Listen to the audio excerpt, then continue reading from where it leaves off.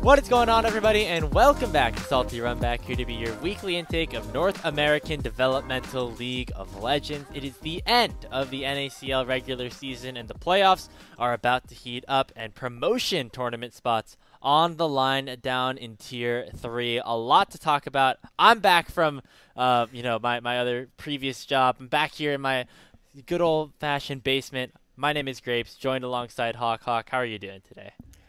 You know, Grapes, I feel like this week is my turn to be super stressed out, but it's fine. We're getting through it. I'm very glad to have you back, though. The people have been asking, why are we only uploading once every other week? And I'm like, well, you see, we've had a lot going on, but we're gonna try to stay consistent through the playoffs. We're gonna upload weekly. Hold us to it. That's the goal, at the very least. We're gonna try our best. Yeah, we were going to record last week, but just schedules got in the way. It turns out when you're working from 1 a.m. to 1 p.m., there's not a ton of overlap in terms of time where both of us were available to record and not, sleeping. I am still adjusting from the overnight, and it's about 10 p.m. as we're recording this on Thursday, and so forgive me if I'm a little groggy or in and out of it. Still trying my best, but we're making it through. We're gonna have one more week of guests on the qualifier shows. Hope you've been enjoying all the awesome talent that's been hopping in every week there, and then after that I'll be back to close out the split. But we still got a ton of League of Legends to talk about here. Super excited to get into all of that. We'll say haven't watched a ton of the games, at least in terms of the NACL, but I have been keeping up with the clips and everything like that, so I'm going to try my best, Hawk. You can hold my hand alongside some of the parts that maybe I'm not too as familiar with. Hey, Grapes, I'll be honest with you. It's a lot harder to watch NACL when we're actively supposed to be casting the games during the NACL matches. But I've watched like 50% of the games. I always get to see like one of the series. Right. And then the other one is usually a little bit wishy-washy. Yeah, well, we're super excited to get into that. Let's get into our headlines right now. And we're actually going to start not with the NACL or the NACL qualifiers, but with another aspect of our space that just got affected with some news, and that, of course, is collegiate. Now, if you have not seen just yet, it was, I don't know if the correct word is announced, but it was revealed that St. Louis University is disbanding their varsity esports program. Now, it doesn't mean that the players on that CLOL winning squad are going to be losing their scholarships. They will be staying on scholarship as long as they want to until they are able to finish their degrees. But SLU is not going to be a part of varsity esports anymore. They're, who knows what's going to happen with their players if they want to compete together, like as a club team or things like that. But funding and the likes will no longer be a part of that. Chu, their director, I don't believe is with the school anymore, which is a huge bummer for the entire space. And adding on to some bummers, we also learned that the 66 LAN that was happening for the last few years down in Bloomington, Illinois, is also not going to be happening for this year, and they said they will be re-evaluating for 2025.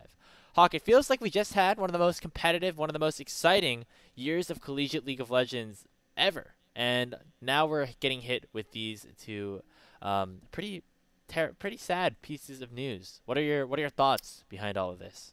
I mean, I'll keep it pretty short and sweet. First of all, I'm absolutely gutted for all the SLU players, for Nick, and everybody at the program. I mean, they really like all cared so much. I know Chu was one of the best directors. I mean, it's evident how much he cared about his students and how much he cared about the space. And I mean, still does, right? But yeah, absolutely crazy. But I'm glad that the players get to stay on scholarship, but of course, their desire is more than likely to play. And so, I know Aaron put up a looking for team for spring. Hopefully we see him on a squad for 2025 CLOL. One of the best we've ever seen do it at this level. So that's kind of that side of things. As far as what does this mean for the scene, again, I'm going to keep it pretty simple because I think my thoughts are pretty clear on the matter. I mean, this is like, I feel like just the indication of like, what the fuck are we doing? If I'm being honest, like, I will die on the hill that I think collegiate esports is collectively the industry's largest fumble to date. Like, I can't believe how vehemently, like, not just Riot, but like esports in general have sort of not invested, very intentionally not invested in scholastic sports, trying to maintain their own IPs and their own tournaments or whatever, or pawn them off on Joe Schmoes that say they can run a tournament. I don't get it at all.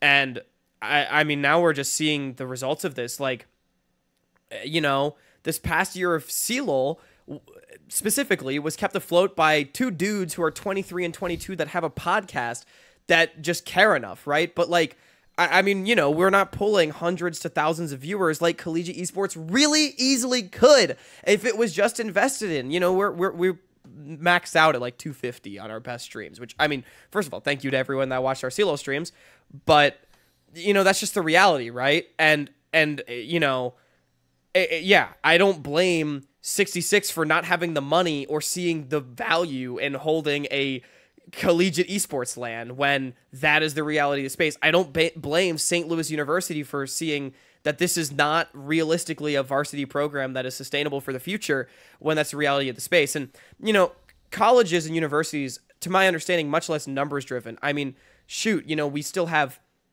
lacrosse as a D1 varsity sport nationwide, right? Like, lacrosse ain't pulling numbers either, but people care and enough to make it to have it be a draw for students, for still some viewership, right? Like, there's still financial incentives, and it all gets wrapped into this bundle of collegiate athletics. And the fact that esports for a more mainstream school like SLU, because part of the problem I think with collegiate esports to date has been that big universities haven't really gotten in. It's been a way for smaller universities to sort of market themselves, which, I mean, power to them.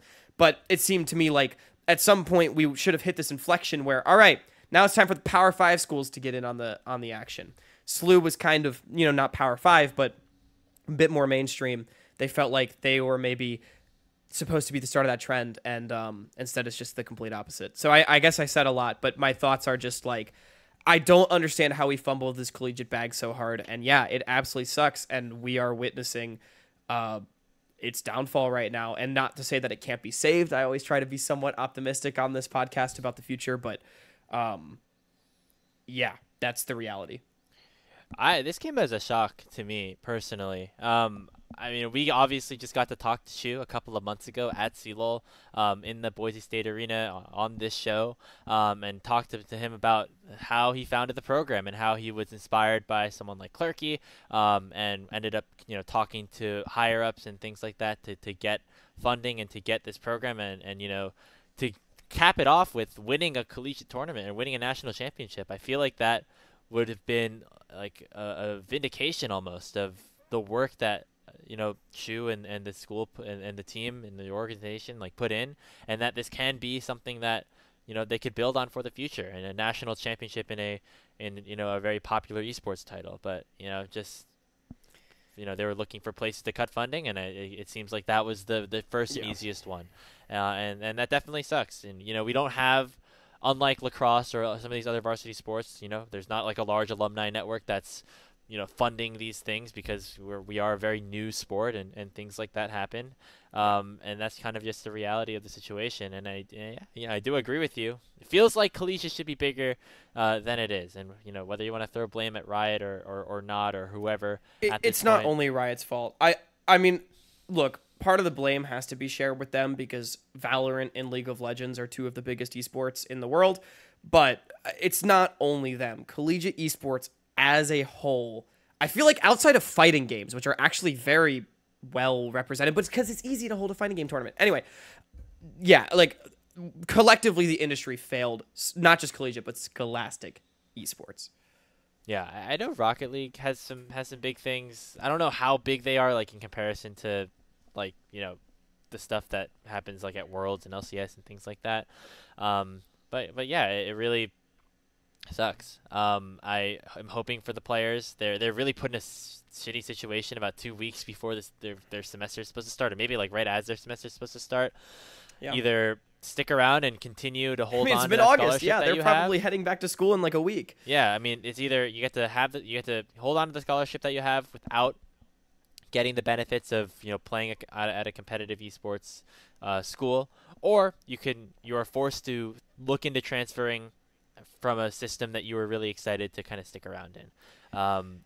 Obviously, not a great situation for anyone, and who knows who's going to take each of those decisions. I think Serdi announced he's going to go to UCI for this next semester, which is going to be a very interesting thing to follow.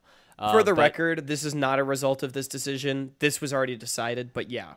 Yeah, Shout out I don't think that is a like scholarship program. He's just going to be going to UCI to like kind of on because his he own. wants to be an LCS in 2025, and UCI is around this area. Yeah, you said it's not me, I guess, but that's what I heard. No, it's a. I mean, even someone like Serdi is going to get affected by that. He's not going to get his full ride. He's forced to go on to something else. Yeah. It sucks. Those opportunities are seemingly less and less available as time has gone on. Yeah, I mean, but I don't know. I feel like the problem, as I say, someone needs to save collegiate, but I don't think it can happen now because we are in this greater economic slowdown, esports winter. Like, esports has to be able to rise before collegiate esports can then be the forefront. But next time esports starts to go up, North America, if we're not investing in scholastic esports and getting young people into the game in the easiest way possible in a place where they meet friends and like-minded people, we are failing as a system and we're not serious. That's like my very honest take, and that's maybe where we can move on. Yeah. We'll keep an eye on things. Obviously, I mean, this collegiate space is definitely something that Hawk and I are still very invested in, and something that we're going to try and lift up as we head into the next season. But we'll see kind of how it all ends up, working out. Move on to our next headline, though, which is going to be talking about the NACL, as we have just wrapped up the regular season and the playoffs are set. A lot of interesting things happened, most notably Blue Water jumping all the way up to 5th place after sweeping their last 3 series. I believe it was a 6-game win streak to close things out. Looks like I was a little bit wrong on that, but either way, Hawk, what we're going to do is before we head into our part 2, which is going through our playoff brackets for the NACL, give me one player that after this regular season and going into the playoffs you think needs to take a big step forward if you want their team to succeed. There's only one answer to this question, in my opinion. I mean, there's probably multiple, but the biggest one, FlyQuest challengers have been struggling, and I don't want to put all their struggles on this player, but I do think this is the player that, at least to an individual level, has not lived up to the reputation that perhaps FlyQuest challengers was demanding. And then, when you add on the team issues, all of a sudden you have a team that went, 4-5, 6-3, whatever. 6-3. 6-3, but I mean, still, they should have been stronger. Regardless, that's Bradley. I really think Bradley has been completely unimpressive in his return to NACL mid lane, Grapes. Ooh. I'm scrolling through some of the KDAs right now. Obviously, their last 2 wins were against AOE and CCG, who are the 2 teams that are headed down to the promotion tournament. But they even dropped a game to CCG. I see some decent KDAs here. I again, He's just haven't not been watched laning too much well. games, but what I remember from the first few weeks of the season, when I really was kind of watching a lot of these games, is that Bradley did not have the impact in the mid lane that he seemed to have when he was on CCG at the start of in the qualifiers, where he was just dominating every lane, dominating every team fight. Kind of just felt a little bit invisible. Yeah. And especially in comparison to a player like Quad, who was able to put the team on his back and I think kind of carry them into the late game and through the late game with his like really, really good team fighting. So somebody like Bradley, we were really excited to see him join FlyQuest, and this was potentially his next step to becoming an LCS caliber mid laner, someone who could prove he could be at that next level. Now's the time. Now's the time to prove it. Yeah. And again, I don't think all the team's issues are on him. Like, Bradley has still looked really good in team fights, and when he's able to get later into the game, I think that's where this player excels. But the problem is that's not what FlyQuest Challengers is wanting to do as a team, it seems like, they're really wanting to play towards side lanes, prio, comps, that kind of thing. And Bradley just hasn't looked comfortable. I don't think, as you say, Grapes, he's just been dominant enough in the mid lane, and he needs to be dominant if FlyQuest is going to win the NACL. Yeah, I mean, Surdy can, do whatever he wants up there in the top lane, but yeah. It's not the same when Quad isn't just down there 1v9ing on his own as well. I mean, there was a reason that it seemed like all the talent and all of us kind of agreed he was pretty far and away the best player in the league, and those are big shoes to fill, but Bradley is a prospect that we've had our eyes on and we've been excited about. And so we have seen good moments, as you've said, and so I'm looking forward to seeing what we could get out of him for the playoffs. Player that I have... I know he's got it in him. That's not necessarily having a terrible split on his own, but somebody that I was expecting a lot of, especially coming into the split, is Tenacity on Disguise Gaming, DSG. They've lost their last 6 games, including a 0-2 to Supernova, an 0-2 to Dragonsteel, and an 0-2 to Blue Otter to cap out their season. Now, obviously, there were a bunch of different reasons for this, some of which being roster related. Tenacity played AD carry for 2 of those games, and actually had a pretty good game number 2 against Dragonsteel in that game 2, playing Zeri. But it seems like for the entirety of this year, we were waiting for Tenacity to come back and be that same player that got an LCS starting spot on 100 Thieves, and was the best player on an academy team for however many years on 100 Thieves as well. And I feel like haven't necessarily gotten that best top laner in the league, just experience out of him just yet. And there have been games where he's been able to pop off. I think his side laning is always very good, and his ability to take over lanes and things like that still have happened, but this is a player that was just absolutely gapping people in years past, and for DSG, especially now with Minui coming back to the team, that takes away some of the hard carry potential that they had in the bot lane, and I feel like they're gonna have to go back to being maybe more of a top lane focused team or top side focused team. I think Tenacity is gonna have to have a very big performance if DSG is gonna want to repeat that title run that they had in the summer split last year. Yeah, that's fair. I will say on the Tenacity front, I would agree. But we talk about, we're waiting for him to be 2021 Tenacity. At what point are we just waiting for him to not be 21 Tenacity, but just good? He's been fine. He's not been bad. He's been good. But you know what I mean? Because if I'm being honest, it's been almost the entire competitive season in 2024 here in Tier 2. Yeah. And we've not seen it. So they went on a run a little bit in the playoffs in Spring Split, but I feel like a lot of that wasn't necessarily on Tenacity. He had he's been good. He's had pop-offs too, but it's not dominant. Again, I think that's the thing is players that need to be a little bit more dominant that are just not being dominant. I'm looking up and down the list right now of top laners. I have Zamudo, Surdy, Jenkins, Faisal, and Philip, of course, as well. Those are 5 top laners that I feel like are having better splits right now, and that's not something that I would have expected. Yeah, definitely a fair take. That's my take, and I loved watching this guy play, in 2022, 2021, 2022 specifically, when he came back after being that 6-man sub and just absolutely destroyed people on 100A for that 2022 summer split.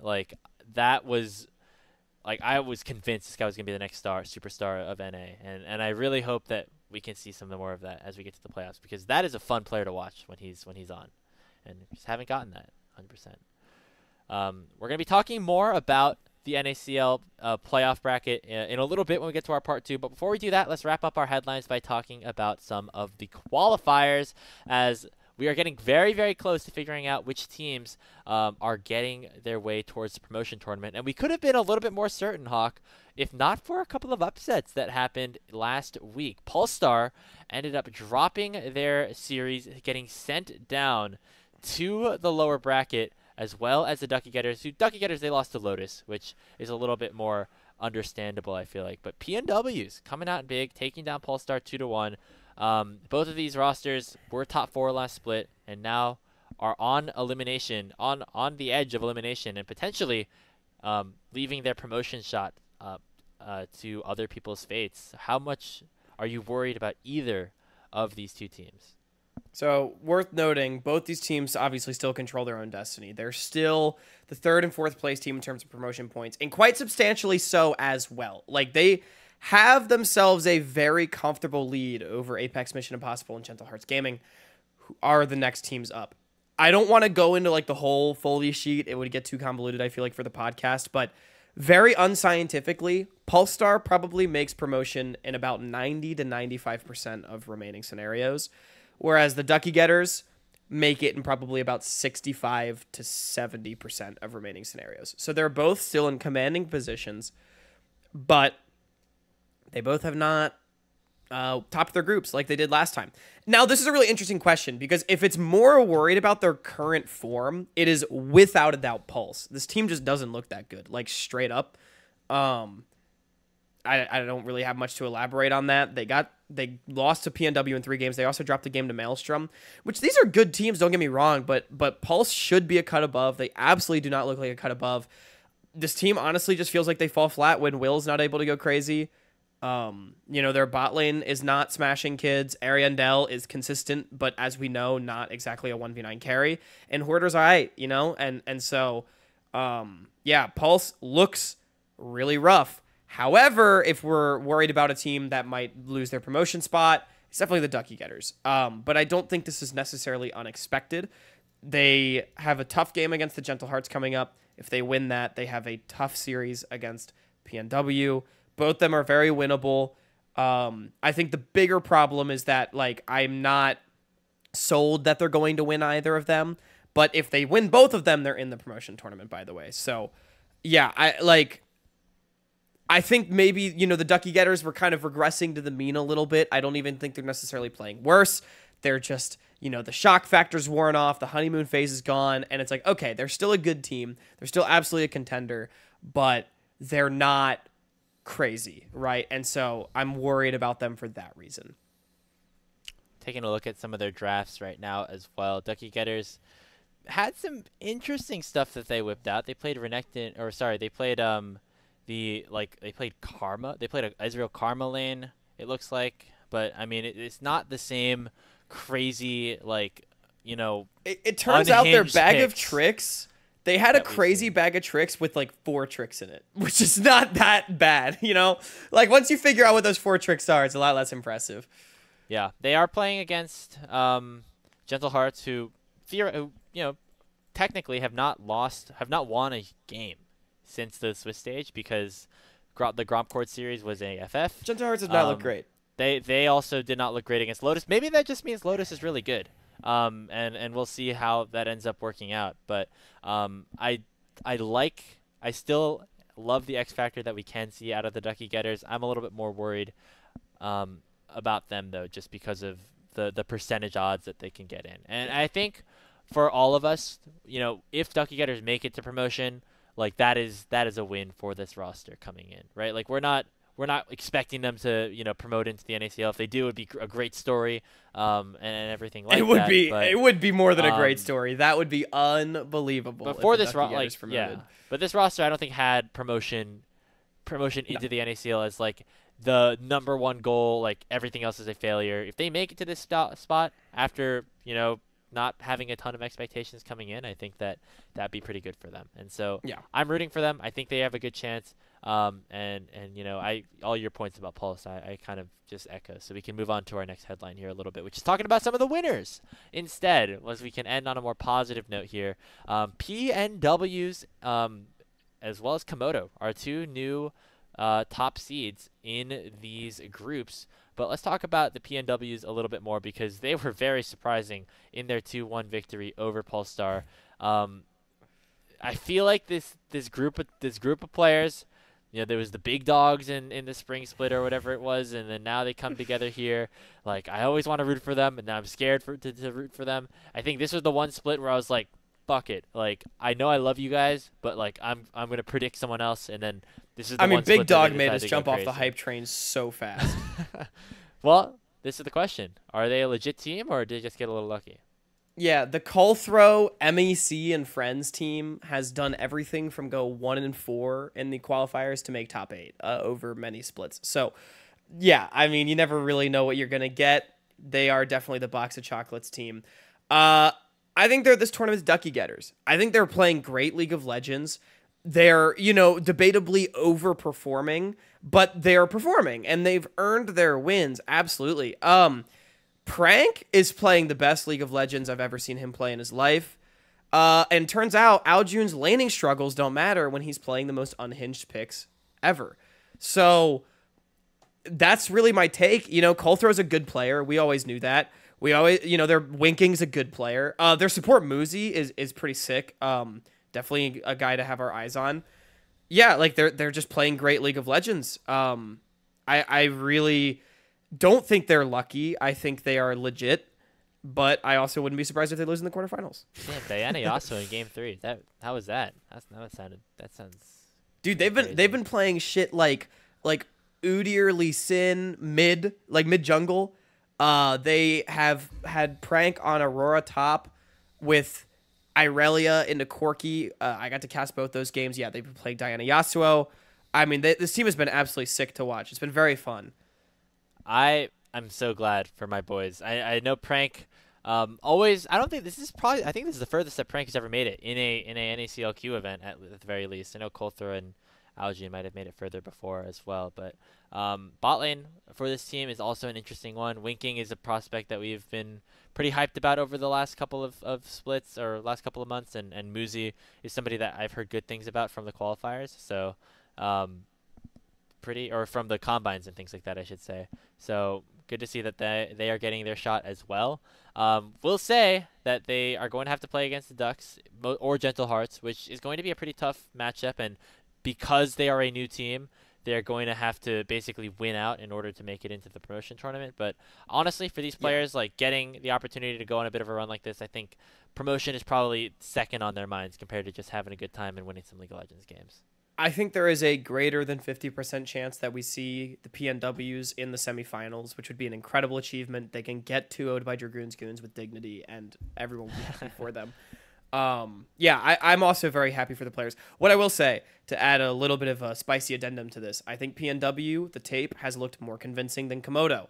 Komodo is vibing a little too hard for me. They're better players than basically everybody, but they're playing some disgusting League of Legends. They got taken to 3 games by Reluminate. And hey, look, Lancelot Lake's kind of that guy. I don't want to shit on Reluminate. But also, I think PNW has like legitimately looked good. Again, they're like the ducky getters from last tournament, right? Where they are overperforming, but in the sense of, oh my god, they're actually playing great League of Legends. It's not like everyone's just shitting the bed against them. And so, Komodo maybe needs to figure it out a little bit if they want to make the run, because we know that they do have the players for it. That was never a question. Yeah. It's how well can they come together. And unfortunately for them, as this can lead us into our final headline, their first round opponent in the quarterfinals gonna probably be Polestar unless something crazy happens with Maelstrom in that matchup on Saturday. A reminder that you can check out the NACL qualifiers this Saturday and Sunday. We have the play-in games for the quarterfinals on Saturday. Hawk's going to be covering Ducky Getters versus Gentle Hearts Gaming, and then we'll be grabbing one of those quarterfinal series on Sunday the next day. But Hawk, we got these 4 matchups to lead into the quarterfinals. Of course, the winners will face Dragoons Goons, PNW, Lotus, and Komodo, respectively, as you said. Who are your 4 teams to make it in, and you have any hot takes before this week of games?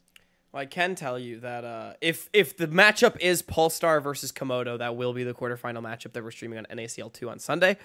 I am hoping it is that matchup. Just because I think it might be better for the level of play in this phase if Polestar does make it out of the group. So yeah, I think they're going to get out. I think Apex Mission Impossible should be able to take down Art of War. The interesting ones are Group B and Group D, where we have the Ducky Getters versus Gentle Hearts, and then we also have Reluminate and Guangdong Flying Tigers in a rematch. These are the really spicy ones. Now, ultimately, the Group D one I feel like doesn't matter that much, Grapes, because they face Dragoons Goons. Oh, that's tough. I am going to take the Flying Tigers. I think Ultio has just been having a fantastic tournament. As long as the Flying Tigers are able to play towards him and execute in team fights, they should be able to win. Reluminate was a very fun team to watch. Their setups are absolutely terrible. If Flying Tigers can just set up clean 5v5s, they should be able to play around Ultio and win that series. I think they got kind of a little bit pulled into the fiesta in their first best of 3, which shouldn't happen again, I'm assuming. Group B is really interesting because we have not seen Gentle Hearts play the Ducky Getters. The Gentle Hearts have not played very much League of Legends over the last few weeks, and they have looked kind of bad when they have. With that being said, I do still think this is a pretty good team. I'm going to take the Ducky Getters. I think the Ducky Getters have had the individual level of play to get it done, but I do think this will be a very, very close series. I think that the Gentle Hearts team plays very, very standard League of Legends. Is that like a fair assessment? I feel like, Pie Cake PCL has his moments and things like that, but I say all that to say I feel like I would actually disagree, to be honest with you. Yeah. You think so? I mean, okay. But here's what I'll say. I think Gentle Hearts, to their detriment, does not play as standard as they're supposed to. I legitimately, I'm gonna have so much ego for this. I think Gentle Hearts doesn't understand their win conditions as well as they need to. Okay, that's a fair statement, especially from some of the games that we watched in the first tournament. But my take was that I think that the Ducky Getters, if they just pull out some random shit, I don't know how quickly a team like Gentle Hearts is going to be able to react, and that's why I think I'm going to potentially favor them here in this series. It seems like they're not. It seems like, in my opinion, in my view, Gentle Hearts does not always, I guess, adjust the right ways when they're thrown something that they might not be super familiar with. I think that's fair. That's a fair take. I think what the series will come down to, I honestly think that Cross is good enough to match whatever Rough Beans and Bio throw his way.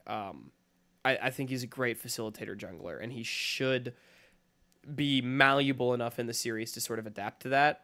I think the biggest thing is going to be Dr. Calculus against Pie Cake Lord, and then also you have Rough Beans against Xiao Danny. Those lanes need to stay stable for Gentle Hearts to be able to win, to your point. And I think the really big question is just going to be Gentle Hearts, I think, will win the series if Devin and Winter can win the 2v2 against Enthralled and Hiccup. Yeah. Oh, go ahead. Oh, I was going to go to the other groups. So. Oh, yeah. I was just going to say, I think if Devin and Winter can convincingly win that 2v2, I think their top side should stay stable enough. But I think it's unlikely that they do because Gentle Hearts has been really bad about playing around their bot lane the entire split. So, yeah. See if Devin has one more magic trick up his sleeve. I've got probably Apex, although I want to root for Art of War, but I do like Art of War. They're a fun They did not look team. great against Apex, and they also lost a game in their lower bracket matchup. We're gonna go Ducky Getters, like I said.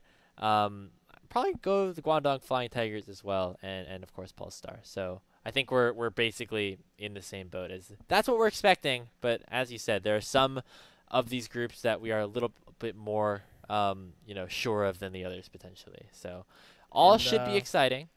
Massive promotion implications on the line on Saturday. Gentle Hearts 6th place against Ducky Getters 4th place. I mean, yeah, this weekend is just gonna. I feel like almost assuredly by the end of this week we will know at least three of the teams coming into the promotion tournament, if not all 4, depending on how the results end up going. So if you like chaos, you're rooting for Maelstrom and you're rooting for the Gentle Hearts this weekend.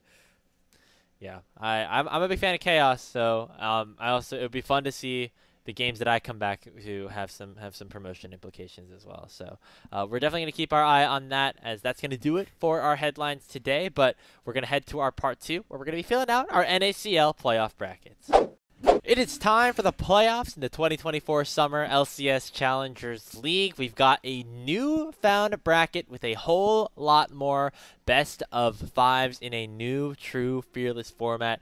We are super excited to get into this, as not only does the champion of the NACL get to lift that trophy and have all of the glory brought to them, but also another set of implications, as now the top two teams, not just the champion, but both of the finalists, will be making their way down to Brazil later this year to participate in that Tier 2 Americas tournament. So, to boot, we have a gauntlet-style bracket in the lower half of our playoff bracket, very similar to what we're going to be seeing in the LCS. So you can either make it to the land by winning the upper bracket up there, or by making it through the gauntlet down below.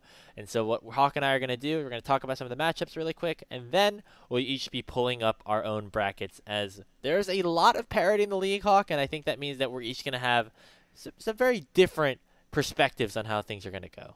Yeah, and this is maybe the most exciting playoffs that Tier 2 has ever seen. While we're all doom and gloom about Collegiate, Tier 2 is so up right now, because not only do you want to make finals so that you can have a free trip to Los Angeles for the weekend, you see the LCS finals, go play in the studio, but you get a free trip to Sao Paulo for a week as well, and you go get to, beat up on CLOL Academy and LLA Academy.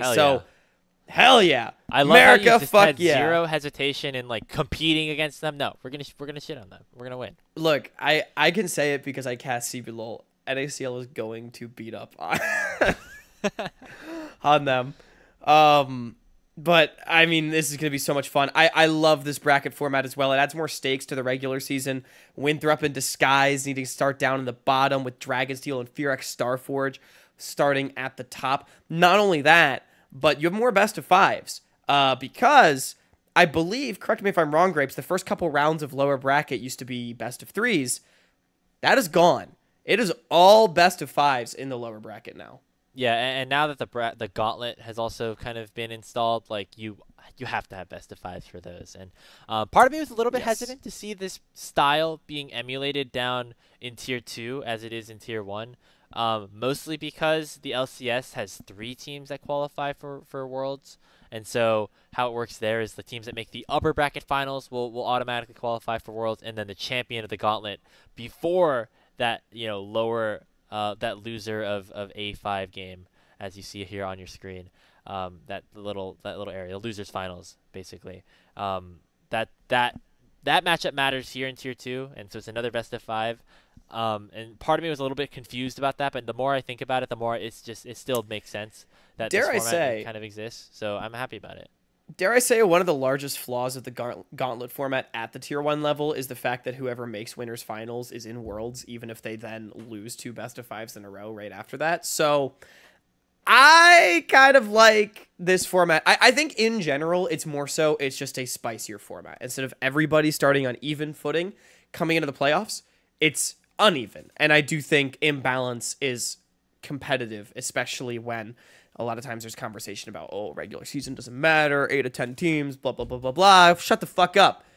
Now it matters. You got Dragonsteel sitting there in the A3 match ready to go. So yeah, I think it's gonna be really fun. And the grand finals, I mean, there's a lot on the line. At minimum, you must win 2 best of 5s still if you're Dragonsteel or Fearex, to make it to Sao Paulo, and those are not going to be easy best of 5s. Yeah, and everyone else has to win 3 or even potentially more. So a lot on the line. You have to win 5 if you're Winthrop or Disguised. Yeah, it's a long road, but hey, that's what you get, I guess, for being a little bit lower in the standings. So what we're each gonna do is, I think what we'll do first is we're gonna cover up each of our brackets, and then we'll go round. Well, first, we'll go round by round, kind of. So we'll talk about Supernova versus Blue Water, FlyQuest versus Team Liquid for a little bit, and then we'll each reveal who we have winning to face off against our top 2 seeds. Yeah. So let me. Well, I guess I don't need to pull up the covers yet. So Grapes, Supernova against Blue Otter. This is a Blue Otter that is surging into the playoffs, ended up being 5th place at the end of the regular season. I tweeted about this. Congratulations to Blue Otter. I'm so thrilled for them. I'm going to be straight. I thought Levitate and Rovex were going to be way worse than they were. And turns out that they're goats. So my bad. I was a hater. Grapes, you were a Levitate believer the whole time. Hell yeah, I was. Yeah, I mean, Levitate is going to be the rookie of the split. I think I can say that pretty confidently based on... Well, not even conversations. I think he'll just be the rookie of the split. He's just been the best. And yeah, against a Supernova that has been really good the entire time.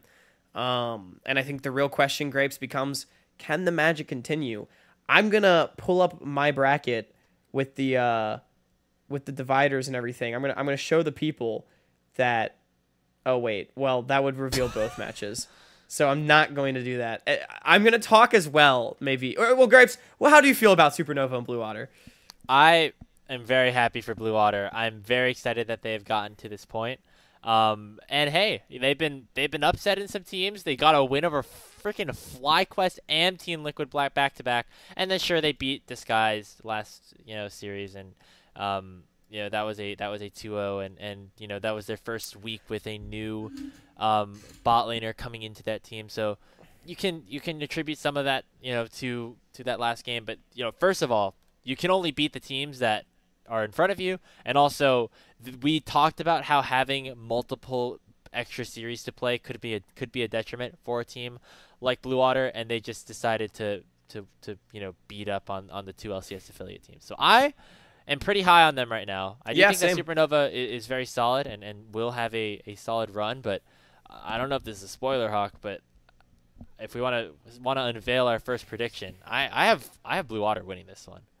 I have Blue Otter as well. I'm not going to do any unveiling yet, just because of the way that the bracket is shaped. I do want to say, last time we recorded Salty Runback, I did say that the fact that Blue Otter had 2 matches to play, as opposed to CCG and Winthrop's 1 each, was an advantage, and I believe that their odds of winning at least one of those matches was higher than the odds of CCG or Winthrop, or CCG and Winthrop winning theirs. And I was right. So I'm feeling pretty vindicated about that.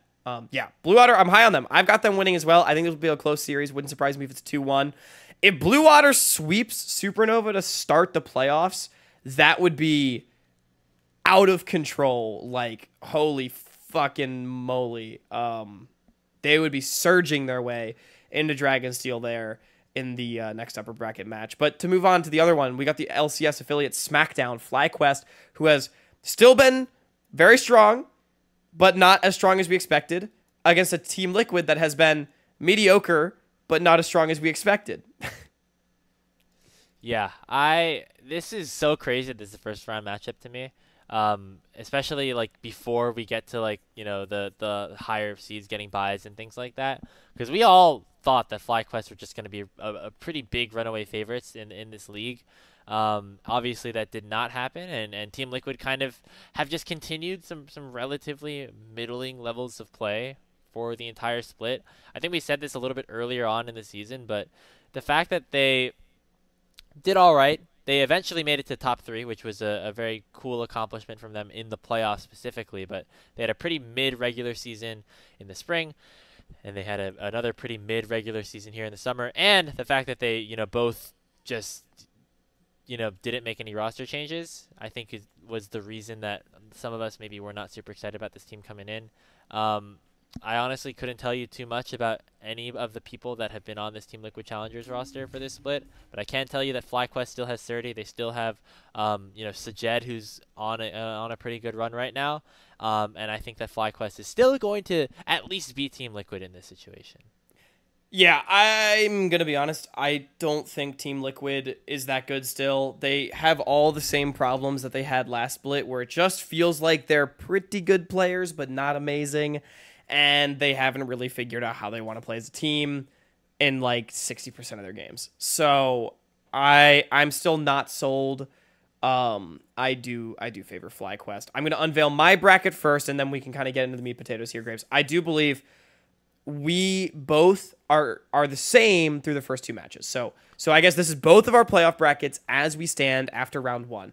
Blue Otter taking a 2-1 victory over Supernova to go up against Dragonsteel, with FlyQuest Challengers for me sweeping 2-0 Team Liquid Challengers to move on and face Fear X Starforge. I can reveal actually a little bit more because this then brings us into the lower bracket as well, where now we have our next round of matchups. Guys, do we want to start down or up? Let's finish off the top, maybe. That might be an easier way to do it. Just because right. I feel like these might be a little bit easier to break down.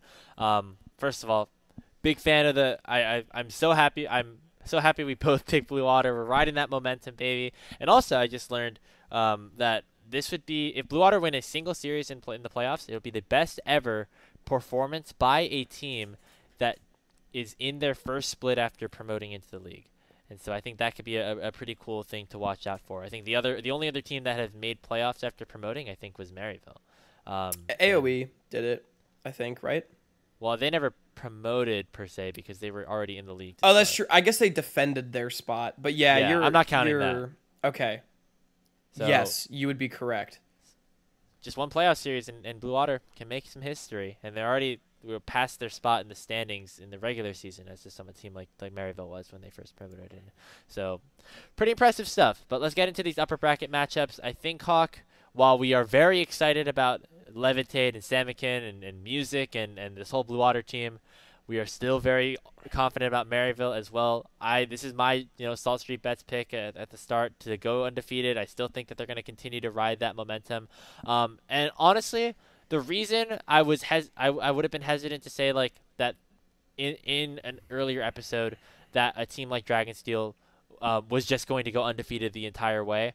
I might have been hesitant about that at the start, mostly because of the fact that I was expecting another team to really rise up and be that big contender. But so far, we have those three teams, Fear, FlyQuest, and Supernova, all at kind of 6-3. There's really not been many people that have been able to stop Dragonsteel at all. And so that is why I have them, spoiler alert, winning this matchup against Blue Otter at the very least.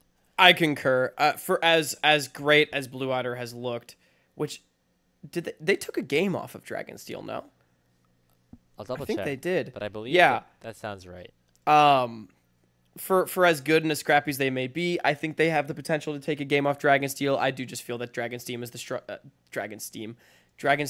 is the stronger team. That's what I was trying to say. It was an 0-2. It was a no, you're right. It was a 2-1.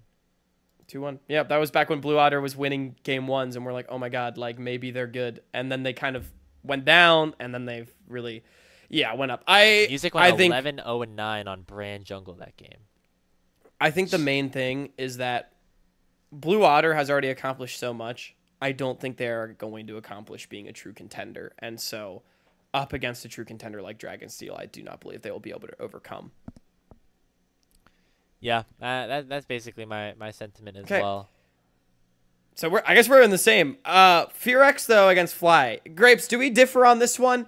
Because I have my opinions. I think this series is first of all going to be a massive banger.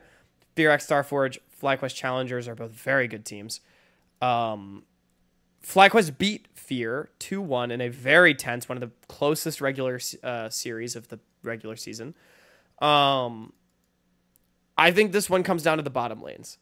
I feel that Sajed and Chime are just better than Instinct and Winsome.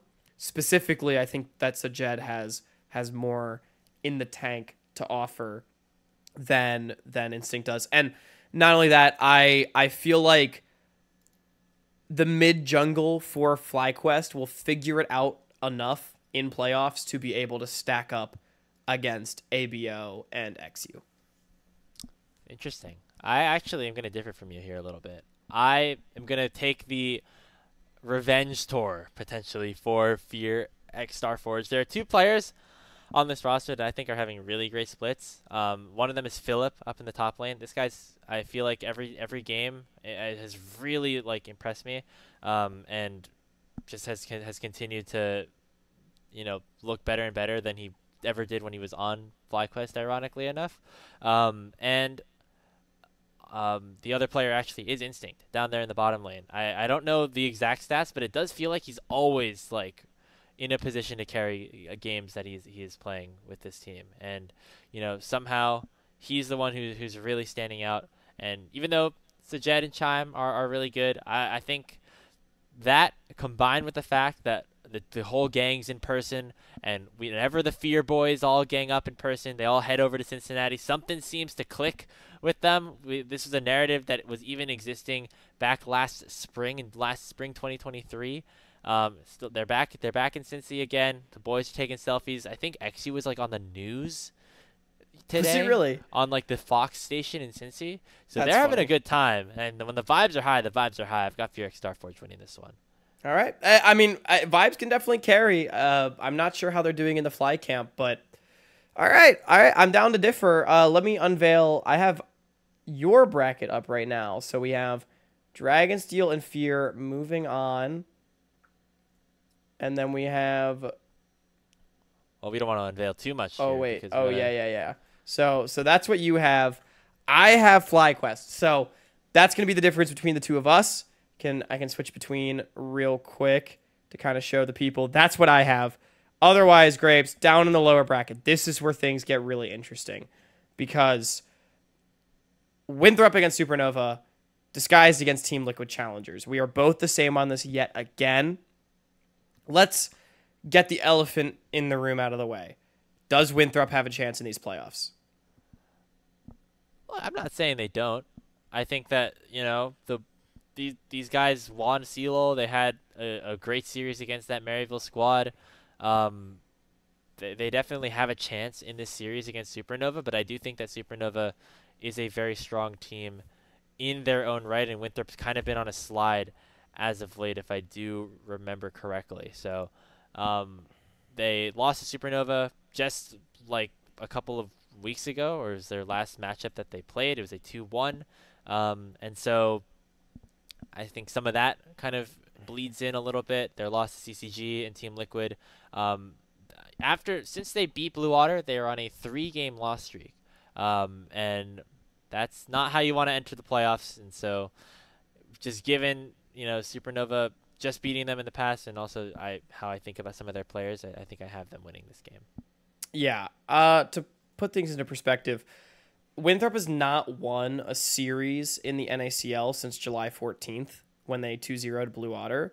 That was a month ago from today, actually, at the time of recording. I think these players are all very good. I think they absolutely, have the power of friendship. They can rally. I don't think they're going to be able to stack up, especially when it feels like so much of the NACL has leveled up. Like it feels like every team has a reason to believe that their gameplay will carry them further in the playoffs. For Winthrop, they do feel like the odd team out where just no one has really stood out. I just don't feel like they've taken the steps required. I'm rooting for them. I like the players a lot. But I would agree. Which brings us to Disguised against Team Liquid. Oh, this was an upper bracket matchup in the playoffs last split. After, Team Liquid and Disguise upset. I'm gonna unveil you while you talk here. Well, yeah, I got DSG moving on. Maybe on a similar note, but these guys also just boot camp together. I'm not sure if they're still boot camping together. But they were all just in the city. They're getting some time to acclimate together with their new roster and things like that. Both of these teams went on very big runs at the end of their splits. I think DSG made it to top 4. TL made it to 3rd. In the spring, and so they both definitely have it in them. But yeah, I'm pretty set on DSG. I know that they're on a loss streak and things like that, but maybe part of it is cope because I had them in Salt Street bets. But I like the way that this team is built. I think that having Minwee here is going to be different than having Tomo, who is now obviously just won Player of the Week on 100 Thieves in the LCS, so he's having a pretty good time up there himself. But I don't know, something about the DSG magic is running in my veins right now, and so I got them to beat Team Liquid and knock our LCS affiliates out a little bit early. Fair enough. I think you are coping. I think DSG has reasons to believe that they can be very strong, but it's not been a good year for this team. Young has not really looked like the mid lane prospect we were hoping. Tenacity, as we discussed, has just not really been there. Like, I don't know. I feel like Disguise has never really figured it out how they want to play as a team, and I do have Team Liquid moving on for that reason. So that's going to be the second difference in our entire bracket. So on screen right now is my bracket. For those keeping track at home, we have Dragonsteel against FlyQuest Challengers in the upper bracket finals. Blue Water and FlyQuest Challengers, and Furex Starforge are both kind of knocking around in the next couple matches in the lower bracket, where we have Supernova and Team Liquid Challengers. So perhaps I'll go ahead and reveal now, because this is where we're going to start to differ. We'll keep going along the lower bracket. Both of us have Supernova Grapes. You have Disguised. I have Team Liquid Challengers. And as sort of discussed earlier, I do feel that Team Liquid Challengers has been inconsistent all year, and I think that Supernova should be able to take care of business and move on for a rematch against Blue Otter. Yeah, I mean, Supernova is a very solid team. I think bringing Toasty in and Lens and some of these newer pieces have actually worked out very well for them, even though maybe we were a little bit hesitant about that coming into the split. And against Team Liquid, I mean, I don't know. I just don't really feel like Team Liquid has much of an identity in themselves, and maybe Supernova, I think they're just a better team at this point. So I cannot blame you there. I don't know how we want to do this. I want to maybe can we go through my can we just unveil the entirety? Yeah, do we want to go through like the run to Let's go through the run. I think that makes more sense, especially Here, I'll keep going on mine because it's up, and then we'll switch over to yours. So Grapes, both of us have a team going on a lower bracket run. You have this never mind. I have Supernova. Look at this. They're going to go through Blue Otter. They're going to win the rematch. They've leveled up. They've got the confidence. They've got the extra games. Blue Otter, the magic runs out. It was incredible for them to get here. They'll be the first promotion team to win a series, but they will eventually bow out much further than I think anyone anticipated they would get in 5th place, where they ended the regular season. An incredible achievement. I haven't actually unveiled it for you guys. I'm sorry about that. And then against Furex Starforge, one of the big-time favorites, the team that I think on paper should be favored against Supernova. They continue their rally. It is the mid-jungle of Kenvi and Toasty Alex that makes their presence felt here in the NACL. Out with the old, in with the new. XU probably has an amazing series as well, but I think it's Toasty and Lens that they are the ones that end up shining. Lens, the 2v2 prowess. Too much to handle for Instinct, who wants to scale up in team fight. And that leads us to a lower bracket final between Dragonsteel, who bows out against FlyQuest, and Supernova. Supernova obviously getting there from the lower bracket run, and I think Dragonsteel, they've been undefeated through the regular season. It has been an incredible year. Can they make it to Sao Paulo?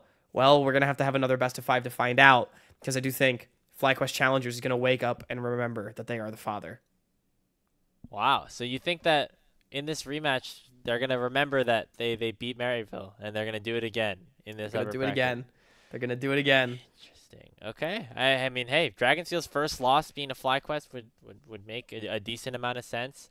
I'm going to say I don't have that, obviously, because I had Fear winning. So, very different situation. But, hey, Supernova going on this run. I think the fun thing about this playoff bracket, Hawk, is I think you could argue your way into any of the teams that drop in the early rounds to going on this gauntlet run and making it all the way to the finals. Case in point, as we go over to whatever I have, I'm running with my boys. You're riding with Toasty This is so Alex. unhinged. I'm riding with Toast of the disguised nature. The boys are going on a huge run, and they are going to take down Supernova. They're going to take down Blue Water, because after you take down Supernova, you could obviously just take down Blue Water right after that, right? And then after that, a matchup against FlyQuest where, jeez, I sound so stupid going through this right now. I don't even think they beat Blue Water. Like, shoot, they might beat. If they beat Team Liquid, there's no way they beat Supernova and then Blue Water, and then you have them beating FlyQuest. Hey, if they're running on the momentum, I think, Hawk, as we said, any of these teams. This is absolutely evil. Any of these teams can go on a run. Grapes, I know you've had a weird sleep schedule, but this is no excuse. Hey, part of this is because I was thinking to myself, I want to value the teams that are, going in and playing at LAN together. I genuinely think that is a very useful thing to do. Case as to why I have Dragonsteel, Fear, and DSG all in my top 3, as they are all the teams that are, going and meeting up together to actually play for Slew playoff run. Hello? Like bro, their program just got boomed. They're just at home right now. Surdy's over in California or whatever. He already left. Well, bro, so hang on. Surdy doesn't play for Slew. Surdy's not. Yeah, get the hell out of here. Oh man. Yeah, the coach. I don't know if are they all together? I don't know. Either way. I mean, they're gonna be all going back to Slew, surely. Like, we all know that SkyTech is like in a frat. Like, Aaron said he's at least going back to Slew for fall semester. I guess Darkwings and Winnie are TBD, but I feel like it would be really surprising to me if they didn't use their scout. Like, there's no way they found another school to go to in the last couple months. I guess you're right. They might be but they don't have an esports arena to play in. They're just kind of hanging out in their dorms, I mean, surely they didn't like tear it down. When Slew cut the budget, they sent a wrecking ball straight through the esports lab. They just you like heard it here first. They just like set fire to the esports room.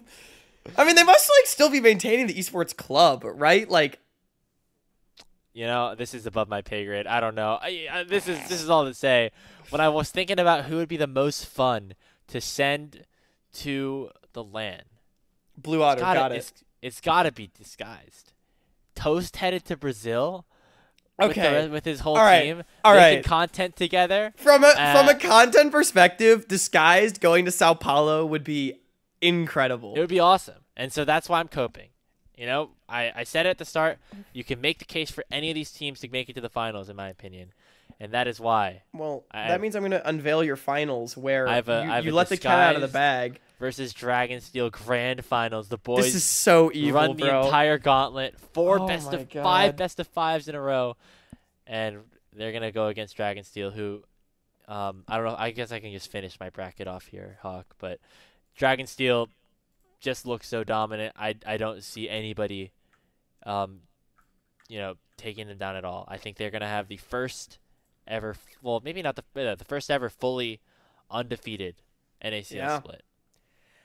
That would be incredible if they did. I admire you not leaning into the choke artist narrative. Maryville going to win their first title in like 5 years and anything. Hey, they're not called Maryville anymore. That's all they needed.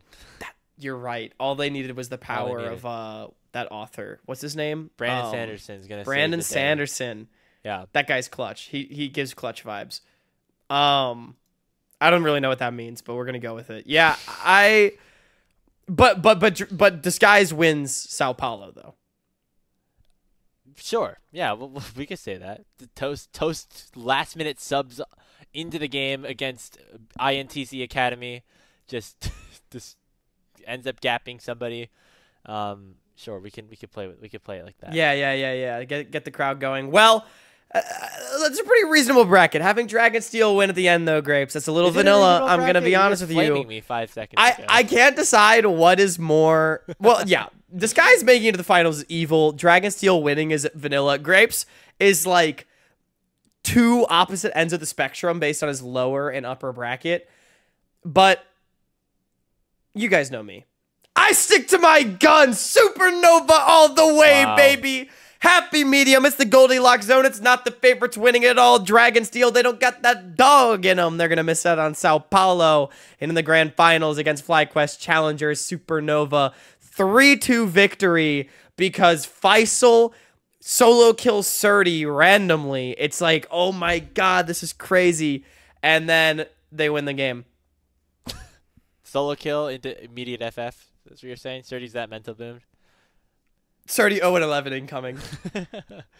Man, Faisal the GOAT gets him. Going from 9-0 to, what is it, 1-2 in playoff series would be crazy. They don't got that best of 5 dog in them. That would be insane. You're really calling them out for being chokers over the last couple of years, aren't you? Okay, look, to be real and not just be a content creator for a second, I just think that Dragonsteel has looked like by far the best team in the NACL right now. But as we see every year, being the overwhelming favorite doesn't usually mean that much when we hit playoffs time. It always becomes competitive. Honestly, I feel like FlyQuest from this past split was sort of the exception, right?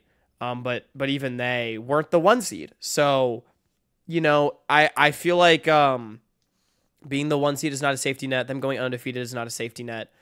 I think the rest of the league has yet to catch up to them, but I just believe that they will. And I do feel, in all seriousness, that this reflects less on the power of Dragonsteel, but more so that I feel like Supernova, FlyQuest Challengers, Fear, whoever, are just good enough to be able to challenge them. And at some point, the magic will run out. But they're chokers, and they're not gonna make it. Hey, I do agree. The door is wide open. Door is open. I think that Dragonsteel is the strongest team right now. As you said, they are the strongest team in the next couple of weeks, and this is not an unrealistic scenario by any means of the imagination. So there you have it. Both of our playoff brackets. I think this is probably the most different that they've ever been, and I think that's great because it means that there's a ton of parity in the league and that things can kind of happen in any way. I mean, we have 3 teams tied at 6-3, and we have 3 teams tied at 4-5 in terms of like series record. That just goes to show how close these squads really are. Yeah. It's going to be a great playoffs. I mean, truly, you're not going to want to miss it. Starts this weekend, I believe. Do we have any super weeks in the playoffs this year, or is it all on the weekends? Let me take a look. I think they're all on weekends. Summer playoffs. Round 1 is a super week. Well, I guess oh, I'm wait. wrong. It's weird. Hang on. Oh, yeah. Okay. So they play the whole upper bracket first, and then they get into the gauntlet. Oh, wait. Oh, I guess we're getting a ton of, like, stuff all over the place. I'm looking at Wait, the screen with you. This is also hurting my brain because I'm looking at the schedule on Leaguepedia, and it's, like, not in order. Because it's, like, round by round. Okay, so upper bracket first.